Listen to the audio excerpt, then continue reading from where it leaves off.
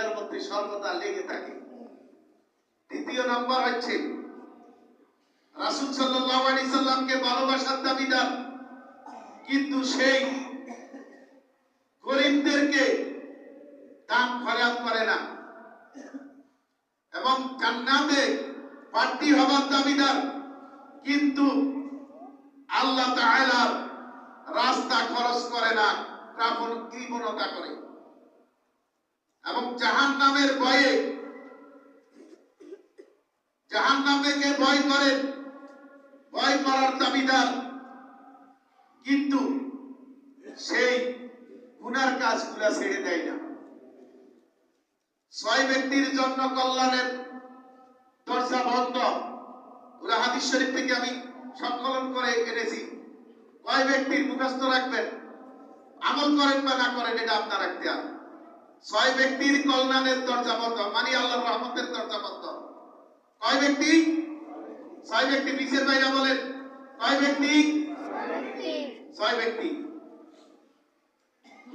প্রথম ব্যক্তি হচ্ছে নিজের ইলম অনুসারে যে আমল করে না, নিজের ইলম অনুসারে সেই ব্যক্তি আমল করে না,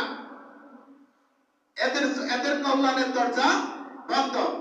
যেমন আমি ওয়াজ করছি, আমি ওই আমল করলাম না, তাহলে আল্লাহর রহমত পাওয়ার রাস্তা আছে?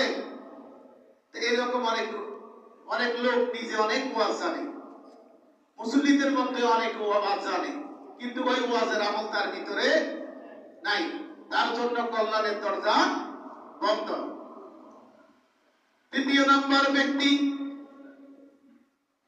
নিয়ামত পেয়ে যে আল্লাহর কৃতজ্ঞতা প্রকাশ করে না, তার কল্যাণের দরজা বন্ধ। এবং নেককারদের সঙ্গে বসা সত্ত্বেও সেই তাদের পথ অনুসরণ করে না। আপনি নেককার ব্যক্তিদের সাথে থাকেন, উঠা বসা করেন, কিন্তু তাদেরকে অনুসরণ করেন না, আপনি ওই অন্য রাস্তা চলেন, গুনাহের রাস্তা চলেন। 4 নম্বর হচ্ছে মৃত লোকদের কাফন দাফন শরীক হওয়া সত্ত্বেও সেই শিক্ষা গ্রহণ করে না। আপনি লাশ সামনে নিয়ে আমরা খাড়াই কথা বলি, কিন্তু ওই লাশ দেখিও নিজের ভিতরে পরিবর্তন করে না, শিক্ষা গ্রহণ করে না। 5 নম্বর হচ্ছে সেই সম্পদ টাকার সত্ত্বেও আখিরাতের রাস্তা জোগাড় করে না।